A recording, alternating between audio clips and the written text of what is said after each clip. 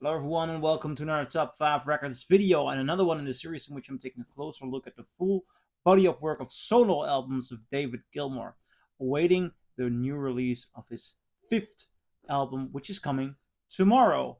But today I'm going to be talking about his fourth album, Rattle That Rock, which was released in 2015. Now, usually during a review of mine, I hold up a physical copy of the album. And I wanted to do that for this album, so I went searching. Where can I find a vinyl? I always prefer a vinyl version. But to order a vinyl of this one, where I live in Amsterdam, it would cost me about 40 bucks.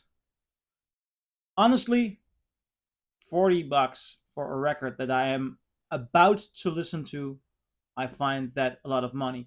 Not that I haven't heard something of the album. When it got released in 2015, a friend of mine bought the album, the studio version, and he put it on, and I was not really impressed. So I am willing to give it a full listen, obviously, or else I wouldn't be doing this review. But to pay 40 euros, for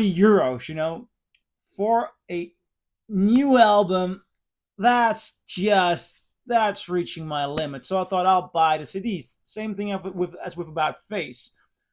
To buy an old vinyl pressing, I would be paying about 30 bucks. I'm not sure about that record. That's too much. That's too much. So I bought for 9 euros the CD. But to buy the CD of Rattle That Rock here again in Amsterdam, 25 euros for a CD of new music, of something which I'm not. I don't know if I'm gonna like it. I think that's a lot. I even think 40 bucks for a classic records is pretty expensive, unless you're gonna make a audiophile, beautiful representation of it. But 40 euros. I mean, Wild God, the new Nick Cave release. On the evening of its release, I paid 30 bucks for that, and I got a goodie bag with it. I mean, why 40? And while I was thinking about that, I actually canceled um, my subscription. Oh, no, not subscription. I already bought the new album online. I thought it's also 40 bucks. I'm not gonna get on this train of paying 40 euros for a vinyl of an album that I'm not sure if I like it. I'm gonna listen to that the same way I listened to this one digitally. And honestly, I'm glad I listened to it digitally. I must, however, say that listening to it digitally, well, the sound quality is less, obviously. Also, you're less involved in the album when you just listen to it for free online on Spotify. You're less involved. You're not putting money down. So, as a listener, it is easier to disregard it.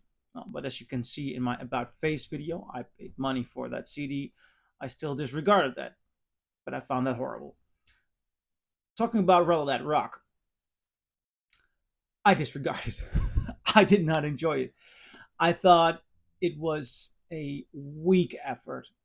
It did not annoy me as much as About Face annoyed me, but it lacks urgency. And it is not like his 2006 album On an Island, in which he has found this calm, relaxed vibe that really works very well with what he has to say, because David Gilmour has very little to say. But he has sound, he has conviction, and he works with great musicians. And there was this beautiful, chill, calm in On an Island, and I really thought that's the first album I hear him find his sound. Now, this album doesn't have that. It's just empty.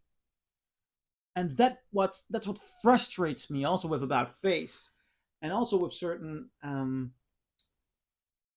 you see that sometimes with certain live performances of David Gilmour that he lacks essence, but does take a lot of time. And I don't dislike Rattle That Rock the way I dislike About Face. But to me, it's boring. It's an empty shell. And I really grew tired listening to it. When I started, I thought, okay, my first two songs, I was not as involved as with On an Island, which the two first songs they immediately grab you. Um, it's not like with the first solo album, in which I get the feeling, oh yeah, this works for me on a certain level. It never becomes brilliant, but it's enjoyable, and he's searching, and I want to follow that quest. This is just immediately first two songs. The attention from this goes to there, and after a while, I mean, it's just when is this gonna end? Well, after about 51 minutes, then it ends. And honestly, I'm happy I didn't buy that album, and I'm not gonna listen to it again. And I really, really hope that tomorrow, with the big new release, we are gonna get a David Gilmour, like on an Island, or as a studio album, or perhaps even better. Who knows?